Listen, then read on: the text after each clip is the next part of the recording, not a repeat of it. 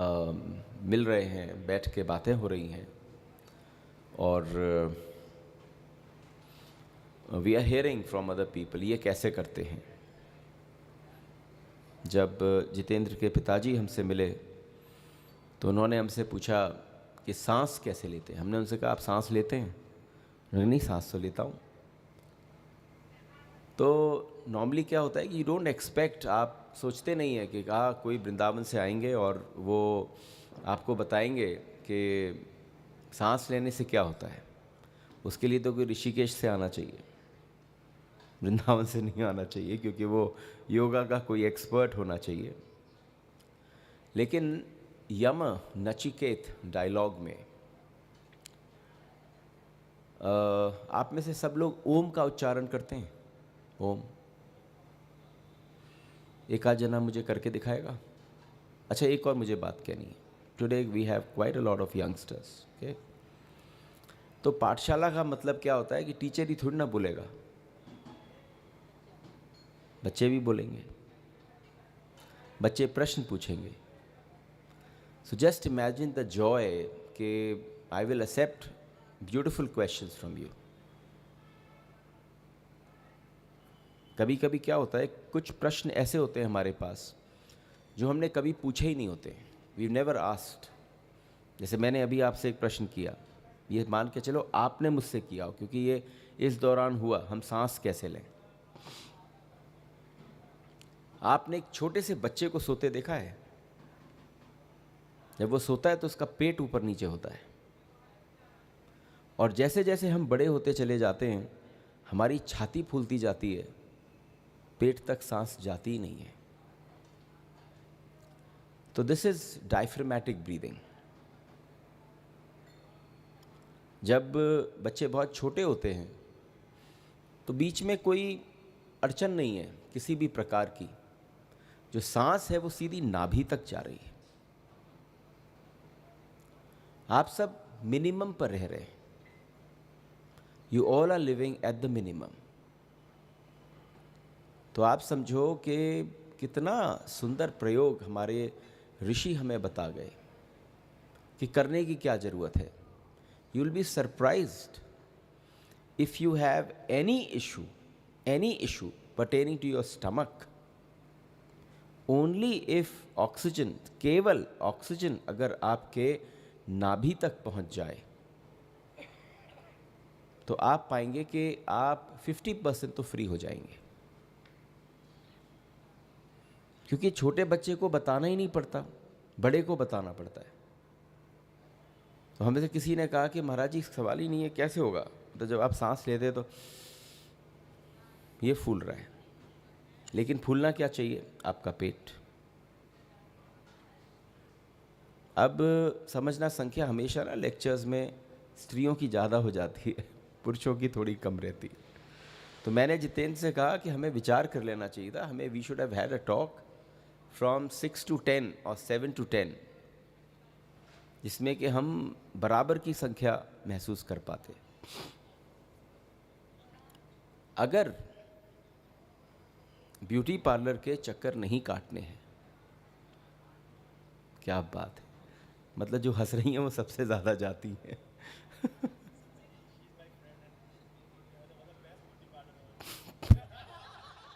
हे भगवान, then I should not say something like this, my goodness. बस हंस बहुत सारी नहीं थी, मैं समझ नहीं पाया कि इनका ब्यूटी पार्लर है। और yours, okay, my goodness. So this was not planned actually. हाँ, you will be surprise, you should tell your people. Because क्या होता है कि बड़ी ऑथेंटिक मदद कभी कभी अद्भुत साबित हो जाती है। लेकिन मैं बताऊं, इस टॉक को प्रैक्टिकल करते हैं। अगर मैं सिर्फ बोलता रहूंगा तो आप सोचेंगे oh one more had come and he spoke, उन्होंने बोला और वो बोलकर चले गए। लेकिन आप आश्चर्य करेंगे कि जैसे मैंने बोला कि बच्चा तो डायफ्रामेटिक ब्रीथिंग करता है हमेशा, तो एक हमारी लाइफस्टाइल में जो ब्रीदिंग है वो डायफ्रामेटिक होनी चालू हो जानी चाहिए कॉन्शियसली। लेकिन अगर चक्कर सोचिए लग रहे हैं तो फिर डायनेमिक ब्रीदिंग करनी चाहिए। और आप आश्चर्य करेंगे, you will be literally surprised, the glow on one's face without a single cream, without a single lotion, without anything, किसी भी चीज के बिना। हमारे ऋषि क्या कोई कहीं किसी पार्लर में जाते थे, मतलब उनके मुख पर दिव्य तेज होता था या कोई आभा होती थी, ऐसे ही चमक रहा होता था। वो विचार की शुद्धता भी होती होगी, उनकी जीवन शैली की भी शुद्धता होती होगी, लेकिन अगर आपको उसको लिटरली अपनी लाइफ में अडॉप्ट करना है तो डायनेमिक ब्रीदिंग। अब चक्कर क्या होता है, जब मैं ये नॉर्मल टॉक कर रहा होता हूँ तो I have someone who will tell you, otherwise you know now this is all on the YouTube.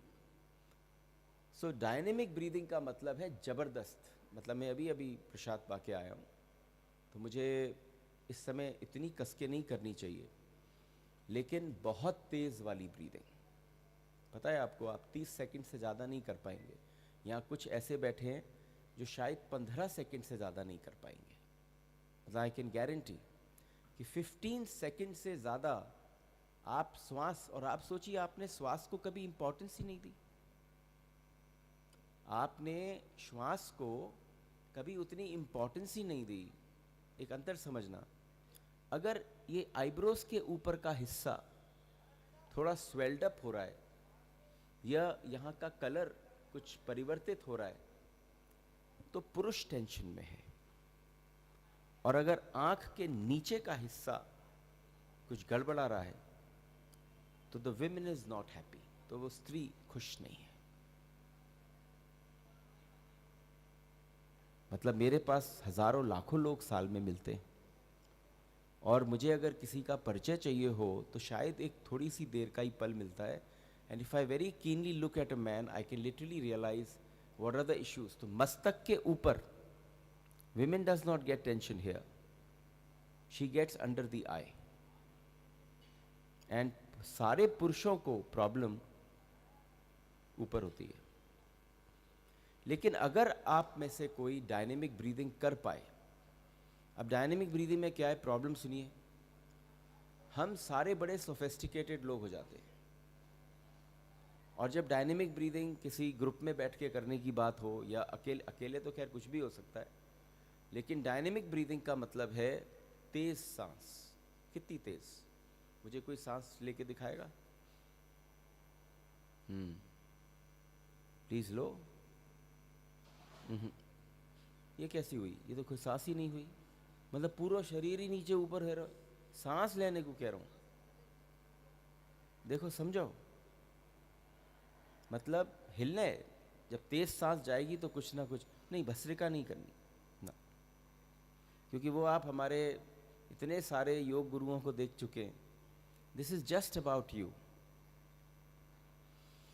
इतनी तेज पसीना, जैसे सोचिए सर्दी का अगर मौसम हो और आपको 1 सेकंड में अपने बॉडी टेम्परेचर को कंट्रोल करना हो तो आप सिर्फ श्वास से कर सकते हैं। पता है कैसे कर सकते हैं? क्योंकि जैसे एक पाइप चाहिए होता है अंगीठी में, पुराने समय चूल्हों में अग्नि को तेज करने के लिए, बस वही प्रयोग श्वास अंदर जाने के लिए आपको प्रयोग करना है तीव्र गति से। अगर मैं हल्का सा बताऊं, जो सांस है वो यहाँ पड़नी चाहिए, और अगर ये यहाँ पड़ी और आप में से किसी ने भी 27 दिन कर लिया, 27 डेज, तो आप पाएंगे कि हमारे ऋषियों ने कैसे सूत्र बता दिए। मतलब ये आपके अंदर का फेशियल है लिटरली। मैं थोड़ा एग्जाम्पल करके दिखाऊं, फिर आप कोशिश करेंगे?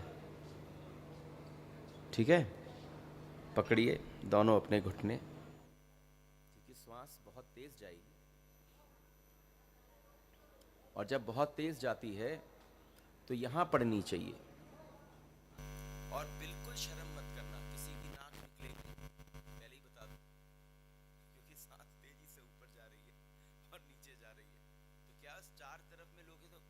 सुड़सुड़ होएगी, सुड़सुड़ की भी परवाह मत करना। क्यों? It's about you. बगल वाले को तुम्हारी नाक से क्या मतलब है? निकले निकले, कपड़े जाके धुल जाएंगे, राइट? चलो, देखिए, शुरुआत कभी तेजी से नहीं हो सकती, बहुत धीरे धीरे से। मैं जैसे ही बोलूंगा दिस, तो आप समझ जाना मैं अब डायनेमिक शुरू करने वाला हूँ। अच्छा, ये वाली सांस नाक से जाएगी और नाक से ही बाहर निकलेगी, ठीक है? देखिए, छाती नहीं फूलनी चाहिए, पेट फूलना चाहिए। ध्यान रखना, छाती नहीं फूलनी चाहिए, पेट बाहर आएगा, पेट अंदर आएगा। नहीं समझ में आए मेरा देखिए,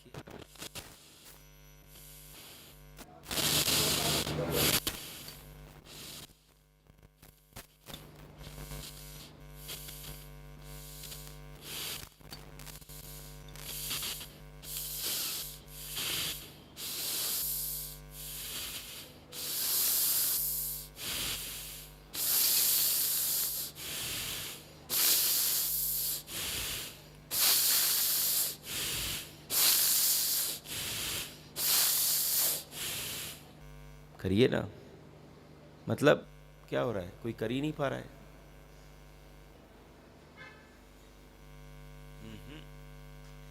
जैसे मैं खींच रहा हूं, जितनी सेकंड मेरी सांस मुझे खींचने में लग रही है, उतनी ही सेकंड की सांस बाहर निकलने में लगनी चाहिए।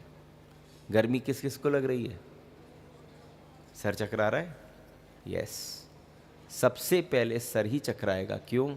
इसको ऑक्सीजन मिल ही कहाँ रही है।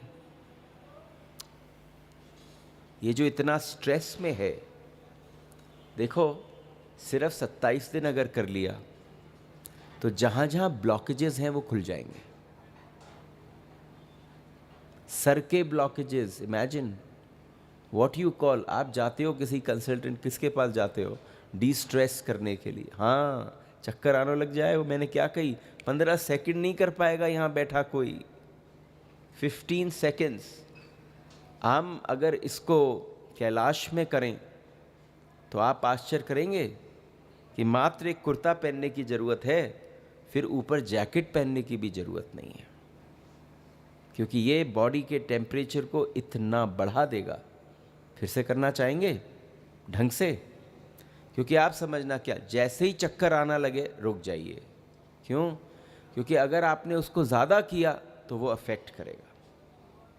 अब आप समझिए, सारे हेल्दी दिख रहे हैं और एक चक्कर ने बता दिया सारे अनहेल्दी हैं। है पाठ? आप समझिए, ये हमारे उपनिषदों का ज्ञान है। बड़े सीधी तरीके से ऋषियों ने बताया, श्वास लो। आइए करते हैं। देखिए, एक बात बताऊं, मैं इसकी हाईएस्ट सीमा बता देता हूं। वो इतनी ज़बरदस्त होगी कि 2 सेकंड में आपको लगेगा समथिंग इज बर्निंग। वो क्या बर्न करेगा? जो अनवांटेड है। आप भागते हैं, कार्डियो करते हैं, जिम जाते हैं, नहीं पड़ेगी ज़रूरत। अब चक्कर क्या, आप मेरे से कथा सुन रहे थे तो ये बातें थोड़ी ना मैं कथा में कहूँगा। लोग कहेंगे कि हाउ इज इट पॉसिबल, समय ही सारा निकल गया। ठीक है, पेट, छाती नहीं, करो चलो। यस, छाती नहीं, पेट निकालो और अंदर करो, निकालो और अंदर करो।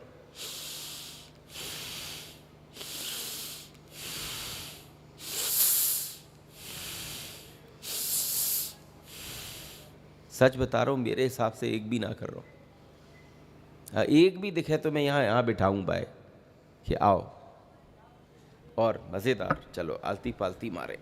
ठीक है, आलती पालती मार लो। जिसको ऊपर बैठने में दिक्कत है, चेयर पे प्रॉब्लम है, प्लीज़ कारपेट पे आ जाओ, क्योंकि वो ज़्यादा कंफर्टेबल होगा।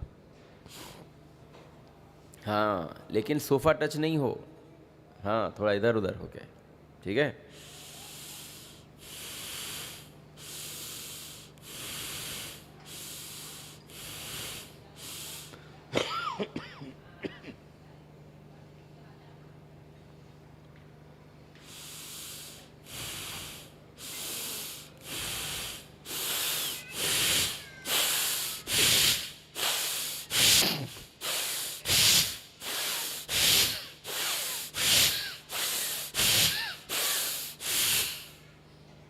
That's how it has to गो।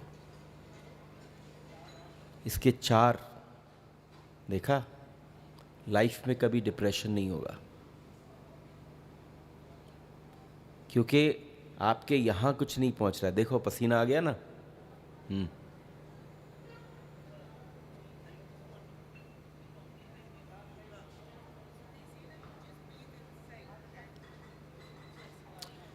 हर चीज़ का प्रोसेस अलग है। ये जो मैं आपको बता रहा हूँ, ये हमारे उपनिषदों से, इसका योगा से संबंध न जाकर, obviously this is a part of the yogic thing, but at the same time it Burns inside. हमारे को यम कह रहे हैं, नचिकेता कह रहा है कठोपनिषद में कि एक ऐसी अग्नि, एक अग्नि जो हमारे भीतर प्रज्वलित होती है, वो मेरी जल जाए, वो मेरी जागृत हो जाए। उस अग्नि को कैसे जागृत करेंगे? पता है आपको, हम कितने समय ठंडे पड़ जाते हैं और किसी को लगता है हम डॉक्टर के पास भागें, माई टेम्परेचर इज़ गोइंग लो। आपको कुछ करने की ज़रूरत नहीं है। आप बड़े आराम से बैठिए और करिए। मैंने तो आज सूत्र दिया है, अगर किसी को, I am here tomorrow at least, day after we are leaving, suppose if somebody just doesn't understand, please come to me, I will tell you कि किस गति से, क्योंकि जिस समय वो यहाँ हिट करेगा आपको लिटरली समझ में आ जाएगा आपके जितने बॉडी के फंक्शंस हैं, क्योंकि सब यहाँ से कंट्रोल्ड हैं। जिसका सर चकरा रहा है उसका सर चकरा इस वजह से रहा है because this is getting the minimum. ये फर्स्ट क्लास थी आज की पाठशाला का पार्ट 1। हाँ बोलो। देखो, जैसे सामने बैठे सब लोगों ने एकदम सर बोला, अगर एकदम आपके 15 सेकंड में सर घूमने लग जाता है तो सिर्फ 15 सेकंड, 15 सेकंड का ब्रेक, अनदर 15 सेकंड, मैं इसको 1.5 मिनट तक कर सकता हूँ। जब मैंने प्रारंभ किया तो 1.5 मिनट से ज़्यादा करने की क्षमता, मतलब आप करो भी, लेकिन अगर आप 30-30 सेकंड तक भी पहुँच जाते हो तो 27 डेज़ में आपके चेहरे पर वो ग्लो होगा जिसको आप कल्पना नहीं कर सकते।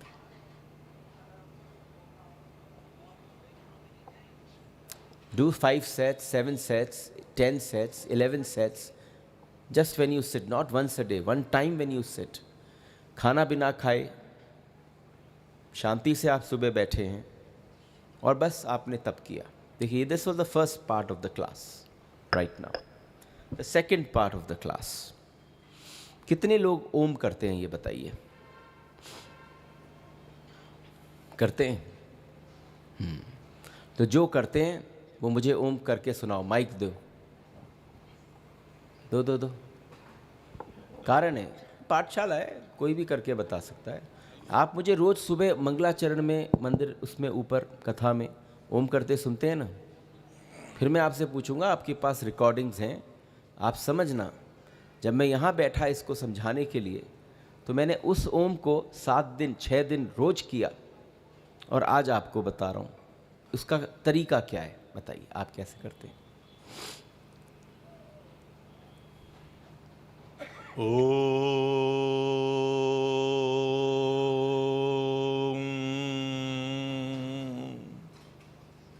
ओके,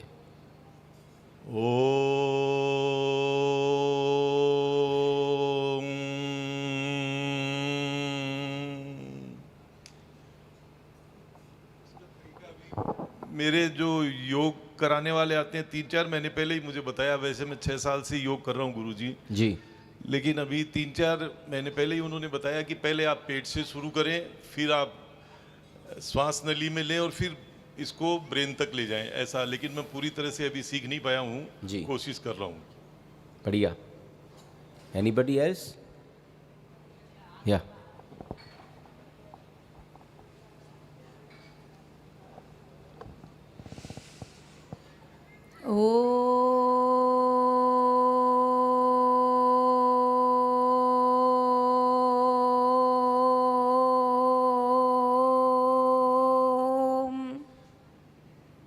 कोई और?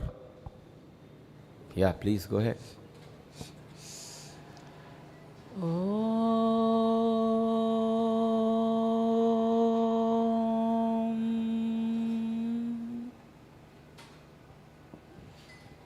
ये करीब करीब सब तरीके हैं।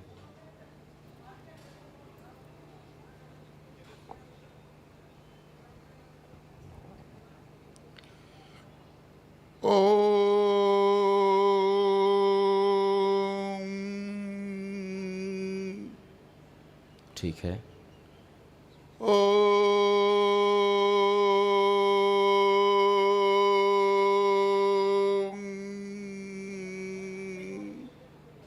एक उनको दो लास्ट में।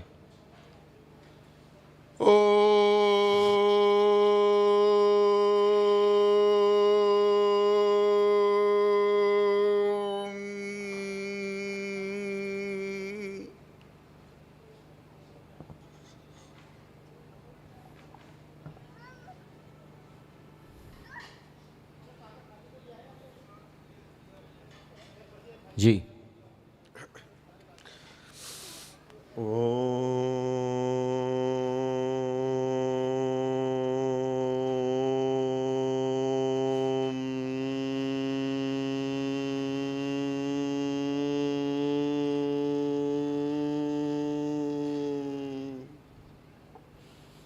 देखिए, आपने अभी जो 4-5 तरीके सुने, जो प्राय कर आप सुनते हैं, यमराज ने नचिकेत को ओम करना सिखाया। द ग्रंथ इज कठोपनिषद। क्यों? क्योंकि प्रमाण होना चाहिए। जब आप एक पद्धति किसी को समझा रहे हों, तो उन्होंने बोला जैसे जो इस भारत के सनातन धर्म का जो बीज है वो ओम है। कठोपनिषद में यम ने ये भी साबित किया कि इस जगत में परमात्मा आदि कौन क्या है, तो उपनिषद बताते हैं सब कुछ ओम है। अब मैं आपसे एक प्रश्न करना चाहता हूँ, जितने लोगों ने ओम किया, क्या आप ओम कर रहे थे, आपके शरीर में स्पंदन वाइब्रेशंस हो रहे थे? जी। कहाँ से प्रारंभ हुए? किस स्थान पर वाइब्रेशन अनुभव हुआ? कंठ में, ठीक है। किसी के कहाँ वाइब्रेशंस? माइंड में। माइंड में। आपके कहीं वाइब्रेशंस? हेड में। हेड में। देखिए, एक छोटी सी बात समझिए। मैं जिस पोजीशन में बैठा हूँ ना, ये मंदिर का घंटा है। घंटा ऐसा ही होता है, इसी आकार का होता है, ठीक है। घंटे के अंदर एक लट्टू होता है। जब वो लट्टू बजता है तो पूरा घंटा वाइब्रेट करता है, ठीक है ना। जब ये शरीर है और इस शरीर के मेरा जो मुंह है उसमें से जो स्वर निकल रहा है, वो स्वर मेरे इस घंटे का लट्टू है, ठीक है। अब वो लट्टू तो बड़ा कस के बाहर की बॉडी पे कहीं पड़ता है। ये वाइब्रेशन आपके अंदर से बाहर निकलनी चाहिए, इसका प्रतिफलन होना चाहिए। सबके अपने अपने तरीके हैं, लेकिन आपको आज बताऊं, मैं जिस तरीके के तरफ आपको लेकर जा रहा हूं, I have been to lot of places, और लोगों से को समझाने के बाद कि भाई ओम किस प्रकार से किया जाता है। अब सबसे पहली चीज़, आपने ओम किया, आपने ओम किया, इन दोनों ने ओम किया, उच्चारण किया ओम का, तो हम क्या करते हैं, ओम के उच्चारण से पहले ही अपने होठ को ओ की भाषा में ले आते हैं। फर्स्ट मिस्टेक, पहली गलती। मतलब जहां से एक्सपीरियंस हमें मिलना है, हमने वहीं के एक्सपीरियंस की जो नर्व एंडिंग्स थी उनको तो टाइट कर दिया, राइट? जैसे ही आप बड़ी सोफेस्टिकेटेड बटरफ्लाइज जब ओम बोल रही होती हैं तो क्या कहती हैं? होठ को हिलाएंगी है ना? और होठ को हिला के सबसे पहले तो ओ तो निकला नहीं, ओ बन गया। ये सबसे बड़ी गलती है। दूसरी बात, कहाँ लिखा है बताइए मुझे, किस शास्त्र में लिखा है कि ओम का उच्चारण ओम जैसा ही साउंड करना चाहिए? बताइए, कहीं आपने पढ़ा है आज तक कि जो आप ओम करो, तुम्हारा ओम वैसे परफेक्ट था आवाज में, लेकिन बोलने से पहले होठ बन गए, और जैसे ही वो होठ बने तो आप समझना जो वो एक्चुअल एक्सपीरियंस का सेंटर था वहां पर आप बिल्कुल जस्ट बॉर्न बेबी की तरह से अपने होठों को छोड़ दीजिए। Why are lips important in the recitation of the mantra? छोटा सा बच्चा ओम अपने होठ छोड़ देता है। अब जब वो सांस लेगा और उसमें से कोई ध्वनि आपके किसी होठ के संद से निकलेगी, तो वो ध्वनि अपने आप अपना मार्ग ढूंढेगी। It will find its route to come out. That sound will also, तो हर एक का ओम अलग साउंड करेगा। अब कैसे करना है इसको देखिए। हम बैठे हैं, हमने श्वास ली, क्योंकि मैं ऊपर सुबह जब करता हूँ, एक और आपको बात बतानी है इस पर। ओ कभी ओ और अ और म नहीं बोला जाता। ये अ ओ म का संधि विच्छेद है। ये जो ध्वनि है, ये जो मंत्र है, ये 3 अक्षरों से बना है, अ ओ म। जब आपने लिया तो वो तीनों अक्षर स्पष्ट सुनाई दे रहे थे, द ब्यूटी ऑफ द मंत्र। लेकिन जब आप उच्चारण करते हैं तो आपके मुंह से केवल जो निकलना है वो ओ निकलना है। अब आप मेरी रिकॉर्डिंग सुनिएगा, जब मैं व्यासपीठ पर बैठकर सुबह सुनता हूँ, सुबह बोलता हूँ, तो मैं कैसे बोलता हूँ देखिएगा।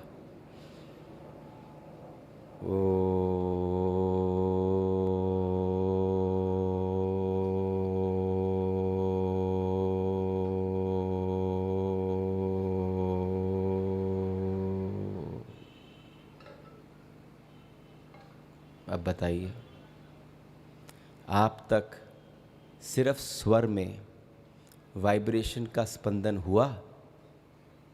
जी। होठ खोलने ही नहीं है, पहली बात। माँ बोलना ही नहीं है, दूसरी बात। क्यों? जब आप इसकी रिपीटिशन करेंगे तो आप जब सांस लेते हैं उसमें देखिए म की आवाज सुनाई देगी। ओम सर्कल बन जाना चाहिए। The Om must become the circle. वो अंदर से म आ रहा है, बाहर ओ निकल रहा है, फिर आपने श्वास ली, म अंदर से निकला और ओ केवल बाहर ध्वनि सुनाई दी। This is exactly how Om is recited. You want to try? Let's try. Come. होठ खोलना नहीं। तुमने अपने अपने बच्चे देखे हैं, उनके पड़े पड़े होठ कैसे होते हैं? Cutest, softest. तो तुम्हारा जो क्यूटेस्ट वर्जन हो अपने लिप्स का, उसको छोड़ दो। Just let it be. छोड़ दीजिए और छोड़कर अच्छी सांस लीजिए।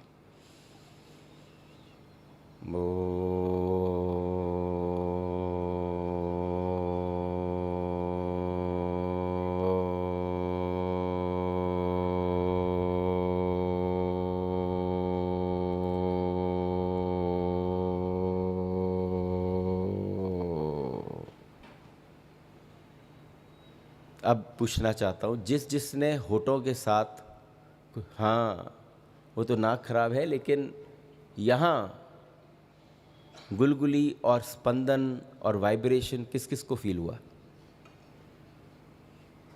हुआ ना? ये शुरुआत है। आपको पता है स्पंदन आपको कहाँ फील होगा? तलवे में। जिस दिन सारी अंदर की वाइब्रेशंस के कारण जो रुकावटें हैं वो खुल जाएंगी। अगर एक छोटे से बच्चे को, जस्ट बॉर्न बेबी को, किसी ने बहुत बार had my son been here और आप उससे ओम श्रवण करते, तो ही would have started rubbing his तलवा, बिकॉज वो इतना क्लियर हो चुका है बोल बोल कर कि जो स्पंदन है। और देखिए, अगर अभी आपने 5 बार और 7 बार किया तो ये यहाँ से चलकर आपके कान तक पहुँच जाएगा। तभी मैंने कहा, व्हेन ही सेड गुरुजी की पाठशाला, तो आई सेड इसको प्रैक्टिकल कर लेते हैं। क्योंकि अगर मैं आपसे कहूँ कि ऐसे करना और ऐसे करना और घर पे करना, तो एक बार करके देखें बहुत मज़े से। याद रखिएगा, I want to watch everybody of you, कि मैं पिन पॉइंट कर सकूँ। ना ना ना, ऐसे होठ नहीं रखने हैं। क्योंकि होठ, जब आपने सांस ली तो आपने होठ खोले नहीं, आपने सिर्फ होठ छोड़ दिए। जब वो सांस बाहर निकलेगी तो वो अपने आप आपके होठ में से कोई एक छोटा सा संद खोलेगी। जब वो स्वर के साथ निकलेगा तो आपके पूरे चेहरे, कान, गाल सब वाइब्रेट करेंगे। इसको अगर आप करके देखते हैं, आइए 2-3 बार करते हैं। बो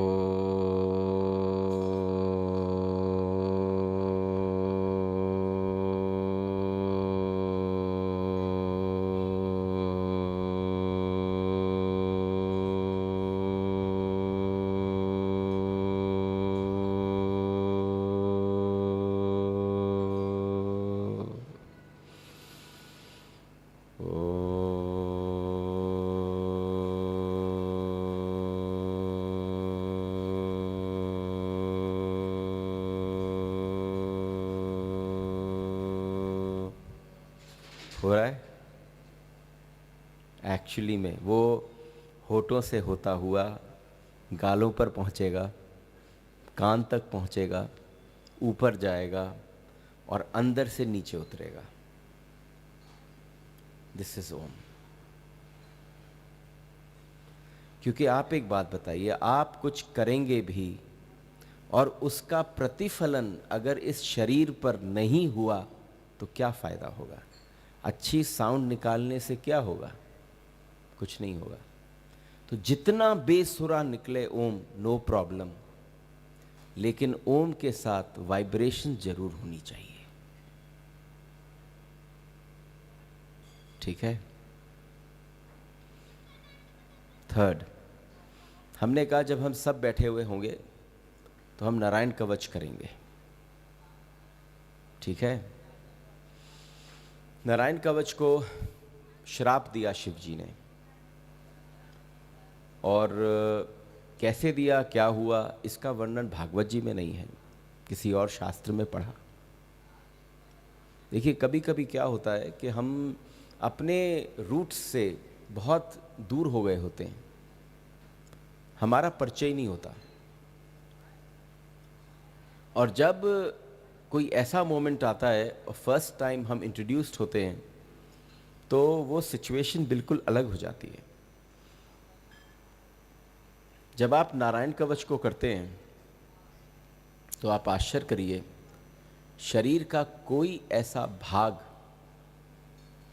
ऐसा होता ही नहीं है कि वो स्पर्श न हो। 3 मंत्र हैं। ओम नमो नारायणाय, ओम नमो भगवते वासुदेवाय, और थर्ड वन इज ओम विष्णवे नमः। तो एक मंत्र करने से पहले बोलना आवश्यक है, वो है अयम, बोलिए, अयम नारायण कवच शिवशा पाद विमुक्तो भवतु। अब सी नाउ, मतलब this is one of the most, the most powerful armor that a human body can wear, the most powerful। तो अब आपको सबको मैं दिख रहा हूं, पर मुझे सब नहीं दिख रहे हैं, क्योंकि अगर अब ये पीछे वाले गलत करते हैं तो मैं कह नहीं पाऊंगा। तो आप आलती पालती मार लो अपनी अपनी कुर्सियों पे, ठीक है। जो नहीं, दो दो जने हो तो एक नीचे उतर आओ तो ज़्यादा अच्छा रहेगा, दैट विल बी बेटर। हाँ, कंफर्टेबल हो जाए, ठीक है। आप मार पाओगी? नहीं, कोई बात नहीं है, तो झुक के करना। जो नहीं मार पाए वो झुक के करे, लेकिन देयर इज अ प्रोसेस, ठीक है। ओके, मैंने अपने ये दोनों पैर बाहर निकाले, दोनों पैर बाहर निकाल लो, दीज टू बोथ थम्स, ठीक है। बैठिए। मैं पहले जिस मंत्र को करा रहा हूं, do it. Yes, come, sit, yeah that's better, because I will be more happy. Why you sitting at the back? Come here, that's better. Anybody who is behind, just come forward, yeah. This is not, this is called Brahma Vidya. Imagine, तो कहते हैं ना, हमने कोई ब्रह्म विद्या नहीं सीखी, ये actual ब्रह्म विद्या है। तो right hand, first finger and the thumb, first finger, right hand, yeah first finger and the thumb, okay. जैसे जैसे मैं अपने शरीर पर स्पर्श करूं, वैसे वैसे आप अपने शरीर पर स्पर्श करें। ये अंगूठा है ओम, दोनों पैर के अंगूठे, देखिए Om. Right to left knees, okay. तो शुरुआत फिर से करते हैं, आइए। ओम, न, थाइज, मो, ना, नाभि, रा, हृदय, य, ळ, य। इसका मतलब है, फिर से करें एक बार, देखिए। This is how it is. Om, न, मो, ना, रा, य, ळ, य। ये मंत्र क्या कहता है? मैं अपने पैरों से चल के जहाँ जाऊं, मेरे घुटने वजन उठाएं, केंद्र साक्षी हो, घुटने और जांघें वजन उठाएं, केंद्र साक्षी हो, हृदय और छाती गवाही और हौसला दे। मैं इस मुंह से जो बोलूं और इस मन से जो सोचूं, वो इस क्षण से ही ओम नमो नारायणाय हो। Right now, right now.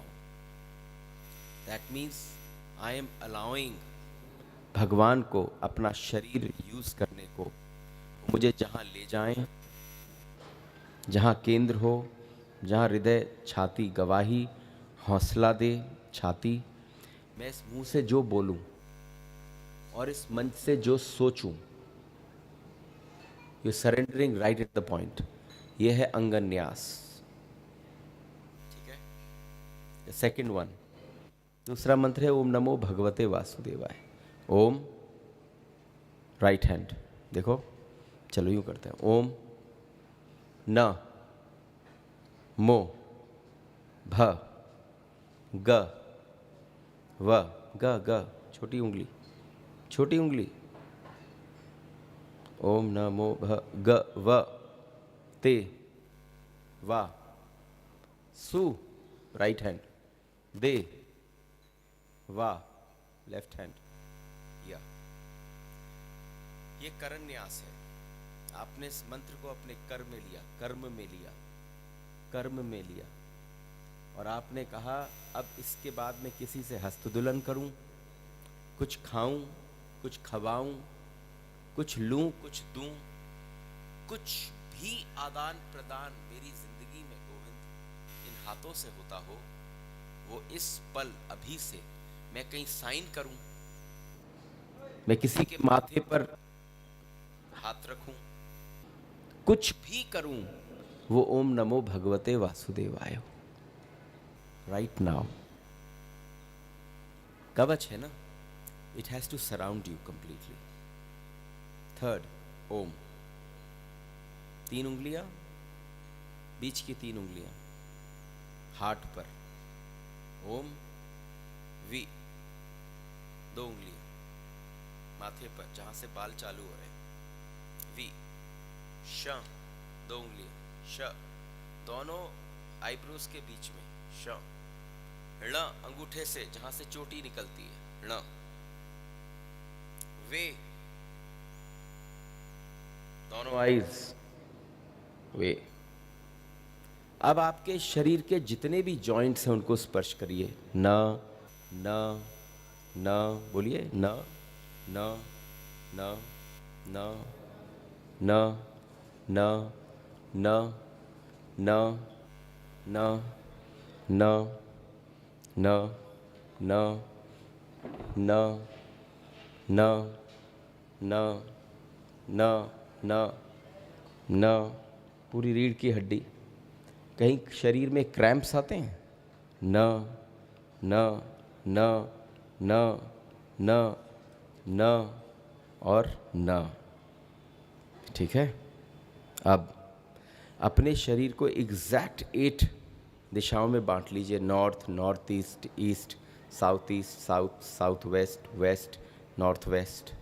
और करिए ओम महा अस्त्राय फट, ओम महा अस्त्राय फट, ओम महा क्लॉकवाइज, ओम महा अस्त्राय फट क्लॉकवाइज, ओम महा अस्त्राय फट, ओम महा अस्त्राय फट, ओम महा अस्त्राय फट, ओम महा अस्त्राय फट, ओम महा अस्त्राय फट, ओम महा अस्त्राय फट, ओम महा अस्त्राय फट, ओम महा अस्त्राय फट।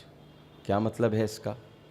मेरा हृदय और मेरी ज्ञानेंद्रिय, आई सरेंडर, प्लीज कम। हे Govind, you are inviting, invoking, आगम्यताम, आप इनवाइट कर रहे हैं जो आप पूजा के दौरान करते हैं। आइए गोविंद, इस शरीर में बैठिए। तो आपने कहा, भगवान पूछें कहाँ बिठाओगे? तो आपने सारी जॉइंट्स को स्पर्श करके कहा, यहाँ यहाँ यहाँ यहाँ यहाँ यहाँ यहाँ यहाँ यहाँ यहाँ यहाँ, हर जगह आके मेरी, मेरे परिवार की, मेरे नाम की, यश की, कीर्ति की, स्वास्थ्य की, अंडरस्टैंडिंग की, टुगेदरनेस की रक्षा करो।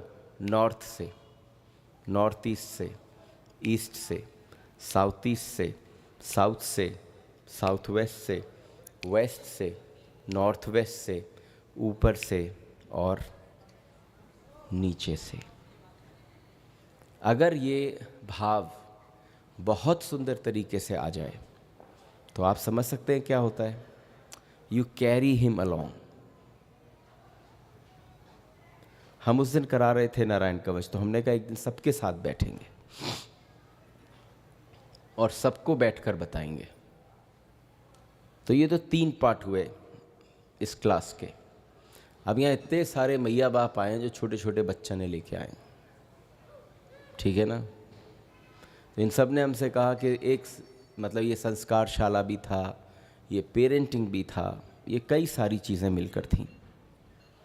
देखिए आपको एक बात बताऊं, before you raise your child you must raise yourself, right. क्या हम अपने आप को रेज कर पाते हैं? जानवर भी बच्चों को जन्म दे देते हैं, सारे जानवर, सबके बच्चे होते हैं। लेकिन हैव यू सीन, पेड़ का जो बच्चा होता है, सीड, सीड एक बार धरती में पड़ जाए तो क्या पेड़ उस सीड की निकलने की, बाहर प्रकट होने की, स्प्राउट होने की चिंता करता है? वो उसकी नेचुरल प्रोसेस है। तो आप सब अपने बच्चों की इतनी चिंता क्यों करते हैं?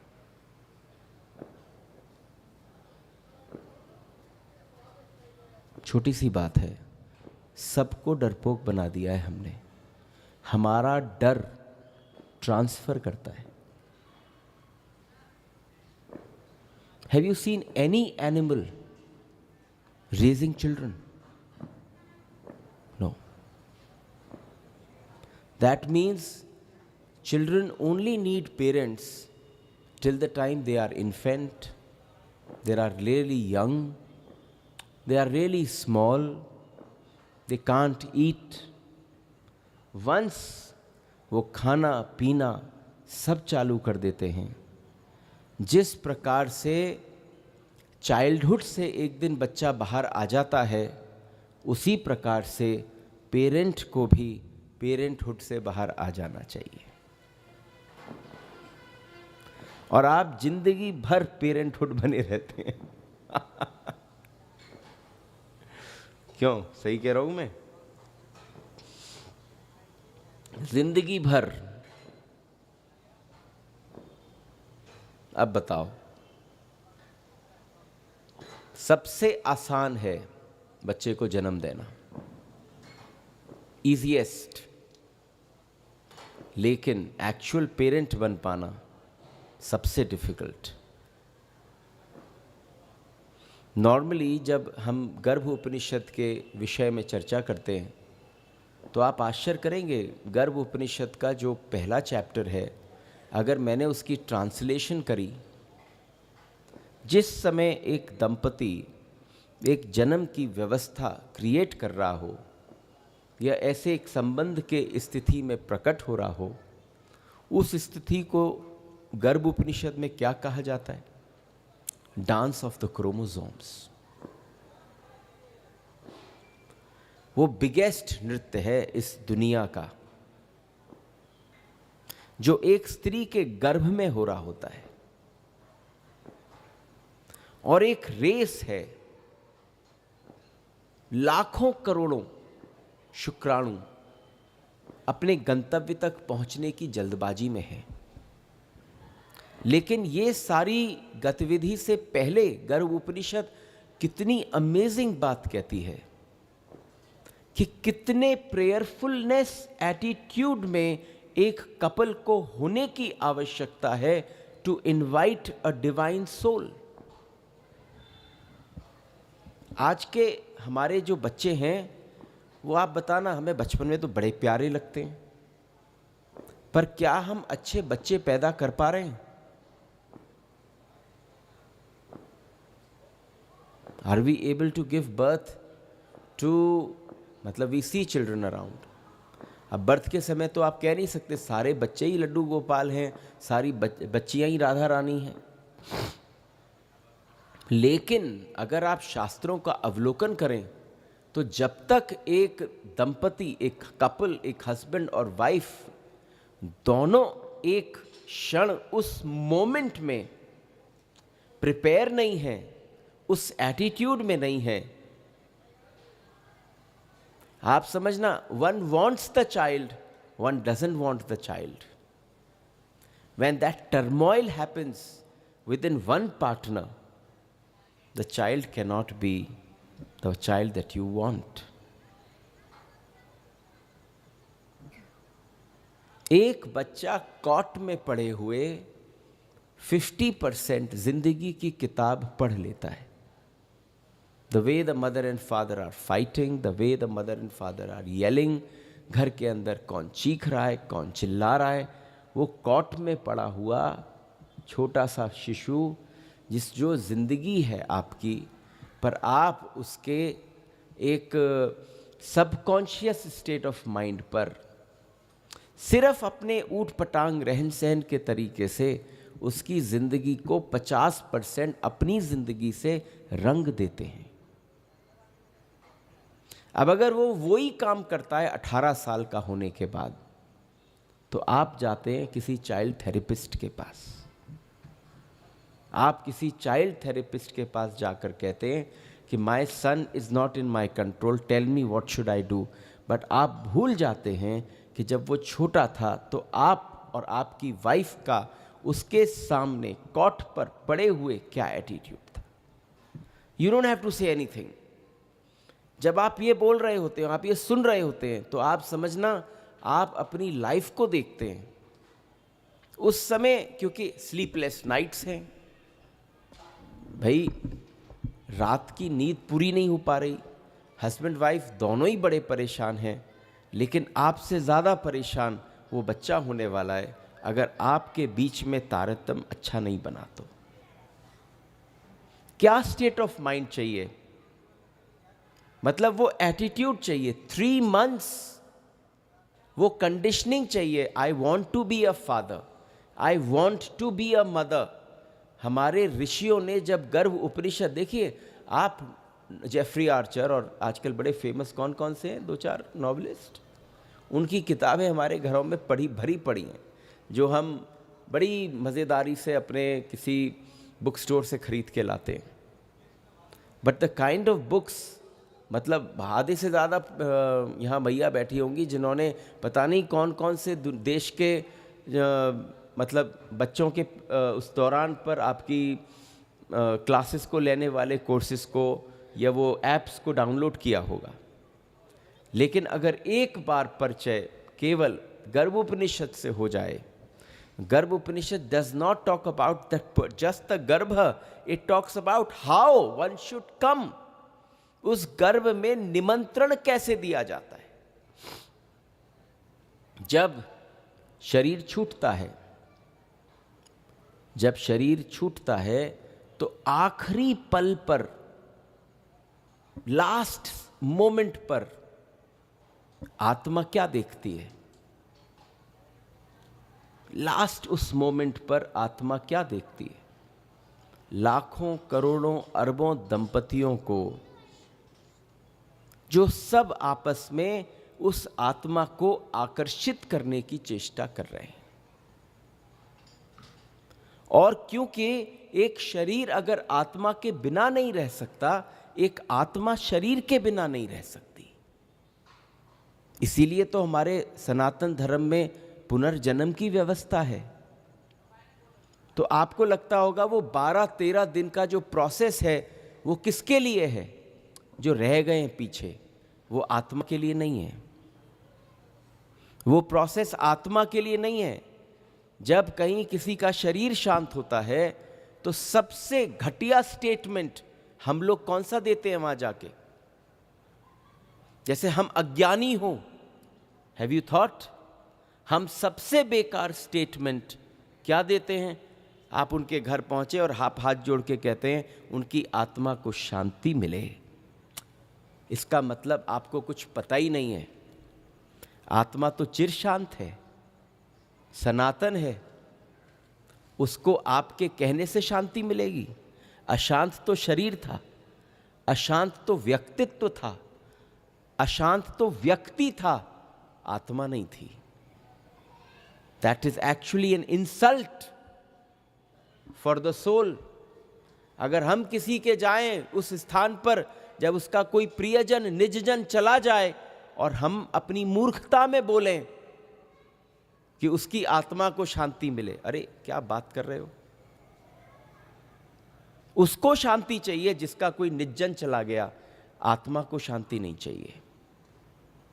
आत्मा तो इतनी शांत थी, इतनी युवा थी, इतनी यौवन में थी कि जैसे ही छोड़ा तो वो पुनः जिंदगी तैयार करने को तैयार थी, चल पड़ी। उसने एक बार मुड़ के न देखा।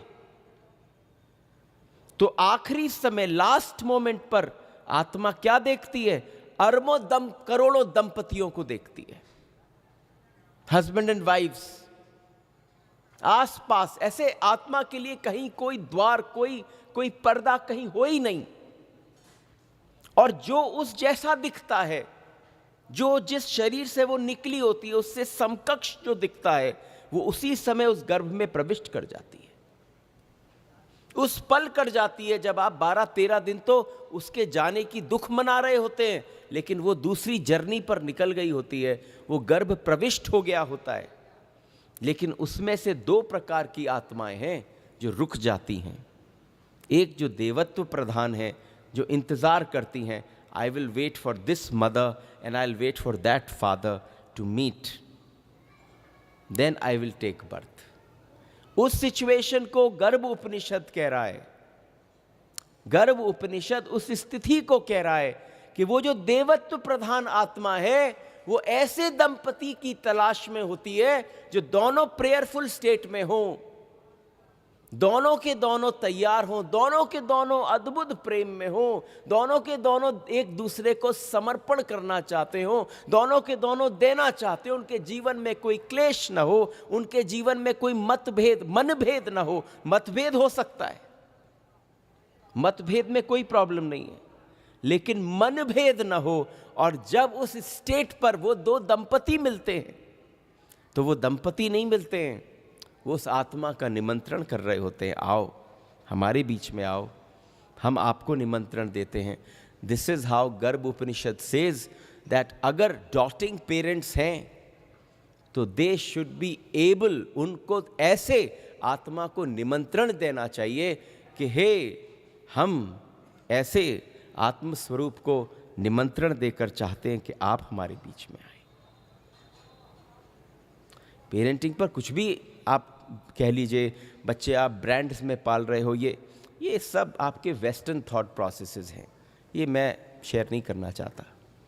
लेकिन मैं ये करना चाहता हूँ कि बच्चे, उस दंपति का कर्तव्य दायित्व किस चीज़ का है, टू इन्वोक अ सोल, क्योंकि वो मिलन ही एक सोल के इन्वोकिंग के लिए हुआ है।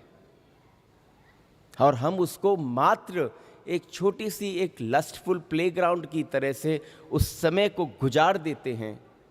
उसके बाद हम कहते हैं, कितनी माएँ गर्भ होने के पश्चात फर्स्ट बॉर्न चाइल्ड के साथ बड़ी दुखी होती हैं, I didn't want to be a mother.